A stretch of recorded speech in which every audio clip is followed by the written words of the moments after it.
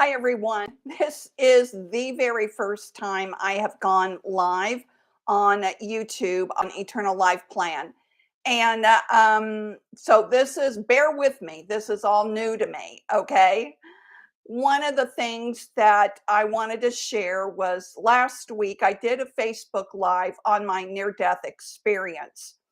One of the things that I talked about is how, when I went through my near death experience, uh, I was in total darkness, total black like you have never experienced before, where you couldn't see a thing. But one of the things about my near death experience that has always puzzled me, and that is when I died, I was an unwed mother. I had had two abortions prior to giving birth to my son. So I was clearly out of the Catholic Church. And, we're taught as Catholics that if you die with mortal sin on your soul, you go straight to hell. My disconnect with that teaching of the Catholic Church and what happened to me was totally different. And that has just bothered me all through the years. So here I was, an unconfessed um, murderer, in my opinion, of my two children, and I had a child out of wedlock. Why didn't I go straight to hell when I died? Well, what happened instead was I got to experience God. I got to experience God in a small way, but on the other side, there was no judgment. There was no, uh, you know, there was no judgment. It was just all pure joy and love. And I was given a choice to come back. I wasn't given the choice of going straight to hell. No, I was given a choice to come back. So this has always puzzled me. Why didn't I go straight to hell? Because Catholic teaching is when you die under mortal sin, you go straight to hell. I didn't. I was given the mercy and grace to experience God, to feel his unbelievable unconditional love, to no judgment at all. I have done a lot of research on near death experiences. And one of the prevailing themes is the life review. And it could have been I did a life review, I just don't remember it. Um, but the people that have reported they went through the life review, they said the life review wasn't God judging us, but we were judging ourselves on the good and bad. And if we had done something bad, the angel would correct them if we condemned ourselves and said, this is how it affected the other person. So, what they did is, whatever bad that you had done during your lifetime up to that point, they would show you when you did this, it affected that person this way. Even something as small as gossip, um, there was a direct effect to the person you were gossiping about and to the person you were passing the gossip on. Everything we do in this lifetime has a direct effect on somebody else, on that person that we're doing good to and the person that we're doing bad to. A simple thing as a little white lie, has consequences with the people that you're telling it to and about. One of the things when I learned this, this was a huge turning point for me when I make a decision. Something as simple as canceling an appointment. When I think about that, if I cancel that appointment, so I made the commitment to make the appointment, and if I cancel that appointment, how is that going to affect the other person? Most of us just cancel appointment and don't think anything of it. We just make another one. But now I find myself, even the simplest things like, hi, Teresa Baker. Oh my gosh, girl, it's so good to see you. Hi. Some of the things that, the simplest things, like I said, like um, like canceling an appointment and then making another appointment. How is that affecting the person that I'm now canceling on? Right? So I had to cancel appointment recently, and this is what I did. I went ahead and paid them for the appointment, and then I rescheduled. Let's face it, those of us that work on appointments like I do, I work on appointments only. Hi, I'm winning. Hi. Um, so I work on appointments too. And when somebody cancels on me, it has a direct effect on my schedule because I could have put somebody in there that was able to keep that appointment time. But it's made me reassess everything, all the decisions that I make. And this has been a slow train coming.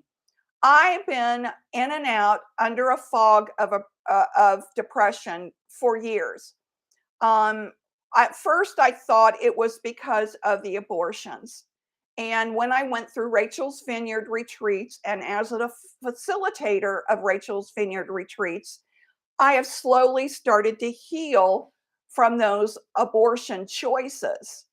Um, I am going to talk about that, how that's perceived in the afterlife in another video. But my real dilemma has been this disconnect between what I experienced in the afterlife and what we're taught in the Catholic Church. Do not misunderstand me. I am not saying that you should just abandon your faith. That is not what I'm saying at all. I have not abandoned the Catholic Church at all. And someone said to me recently, Sunday, he said to me, someone I talked to that has done 1,200 interviews of near death experience people. Um, he said to me, you do whatever makes you draw closer to God. So, Catholic Church, going to Mass, receiving the body, soul of Jesus in the Eucharist makes me feel closer to God. So, I am still going to participate. But I've had this real disconnect in my soul, in my mind, in my spirit about what I experienced and then what the Catholic Church teaches.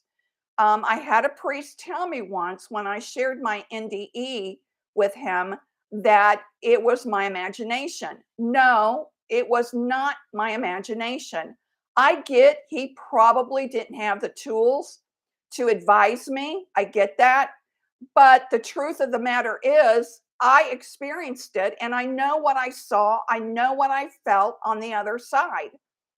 Um, I wish I could have remembered what the beings looked like. I only know that there were two beings there.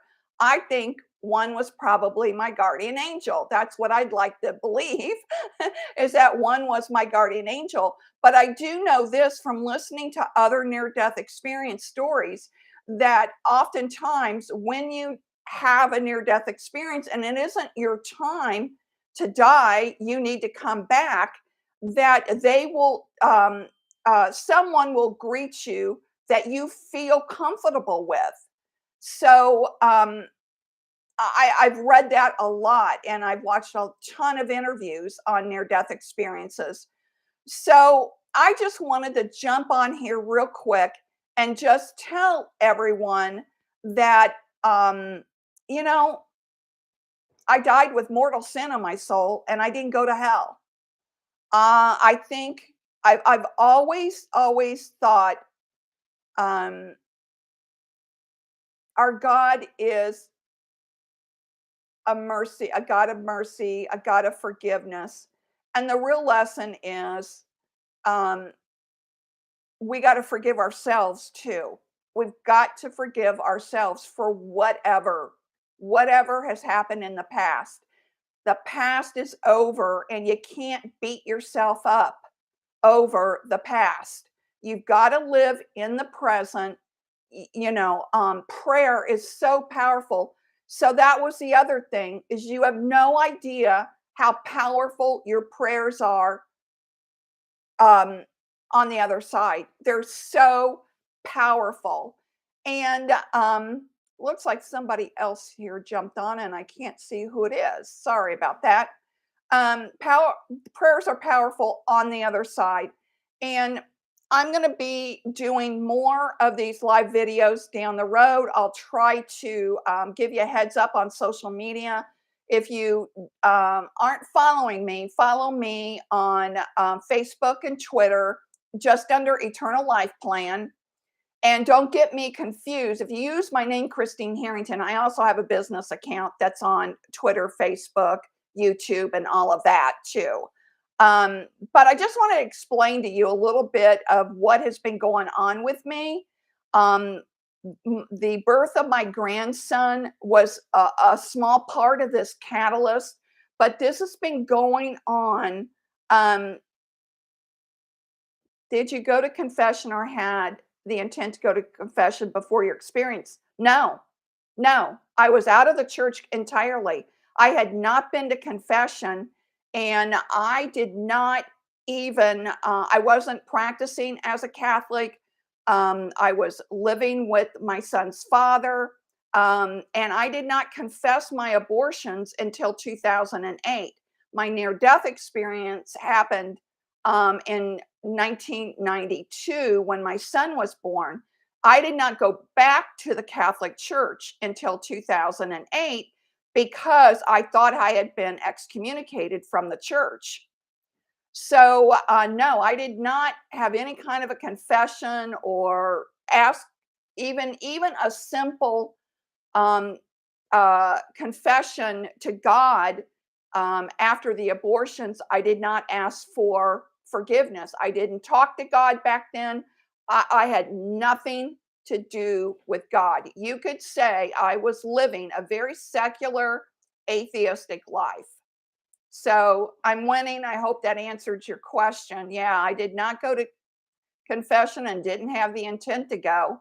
And that's why right after the near death experience, when I woke up 4 days later, I thought to myself, why me of all people? Why did God give me this gift? Why didn't I go to hell? I thought that, shortly after um, I came to 4 days later. So, I believe me, I am not trying to plant seeds of doubt. All I'm trying to do is explain what happened to me, what I saw on the other side. And by the teachings of the Catholic Church, I should have went straight to hell because I was in mortal sin, not attending mass, sexual sin of living with someone I wasn't married with, and having 2 abortions. And yet, and I'm probably numerous other sins as well. So I did not go to hell. Praise be to God, in all your mercy and forgiveness. So I'm not saying you can live the life you want. No, that's not what I'm saying at all. We God gave us the 10 Commandments for a reason, and we should be living and under those 10 commandments because life works under those 10 commandments. And my life was not working at that time. My son's father was very abusive, and I'm not even going to go into that because it's really, really sad. But uh, I can tell you that I was once, life works better when you are tuned into God, praying to God, going to church, going to confession, receiving the sacraments, and being in a state of grace. Um, Life works when you're doing that. Um, so I know I sound like I'm rambling now, but my message to you is, even though I had not lived a life that was probably acceptable to God, he still had mercy on me and did not send me to hell. He gave me the choice. He gave me a vision of heaven and gave me a choice to stay or come back. And I will be eternally grateful for God, to God, for that. He is a God of good. He is a God of total love. And whatever happens in this world, if it's not good, it didn't come from God. And that's what I can say. So I know that some of the diehard Catholics will probably condemn me for this video. Um, I watch The Chosen. I love The Chosen. I bawl my eyes out when I watch The Chosen. And there are some Catholics that just rip that apart. It's a series. It isn't supposed to be an exact account of the Bible, but can we have wholesome, soul lifting, spirit lifting movies and series that makes us feel good? Can we have that? uh, and let's stop ripping each other apart as Catholics and pointing fingers because it's not orthodox or it's not dogma or it's not. And I'm not talking about moral issues here. I'm not talking about moral issues, but The Chosen has brought more people to Jesus than anything else. And God bless that series. That's all I got to say about The Chosen. I know that there are parts that's not Catholic. I know that they portrayed the Blessed Mother um, less than what Catholics would want her to be portrayed. Okay, it's made. The series is made by. They're not Catholic, although there is a Catholic priest that's on their board that helps them. But cut them some slack. The Chosen is an as I'm winning says, The Chosen is awesome. Yes, it is amazing. Yes, it is. And I even have a look up mug. I love that mug. I don't have it here to show you. But anyhow, I'm going to conclude for now. I appreciate Teresa and I'm winning for watching, and I'll be back here soon. Follow me on Facebook and follow me on Twitter. Although my Twitter account, I get kind of political, so hold your hats on that one.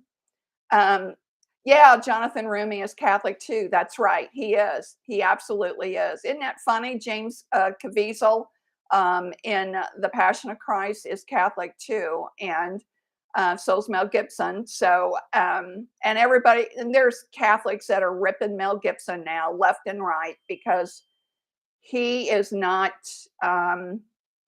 doing what they expect him to do. I don't know. I mean, uh, you know, all I can tell you in your life review, you're going to see how your words and actions affected other people. So keep that in mind as you live this lifetime. And yeah, I can't wait for the next Passion movie. Yeah, the resurrection. I guess they're writing the script. And I heard that Mel Gibson had said that they have written several scripts and tore them up and started over. And he just wants to get it right. And he will. He will. But I'm sure he'll do something that Catholics won't like. It's just amazing. So let's just try to accept everyone for where they are. Remember your life review. Just remember my story, okay? And don't fear death. That is my parting words. Don't fear death. There is an afterlife, and it's beautiful. It's unbelievable. So thank you for watching, and I'll see you next time. Bye bye.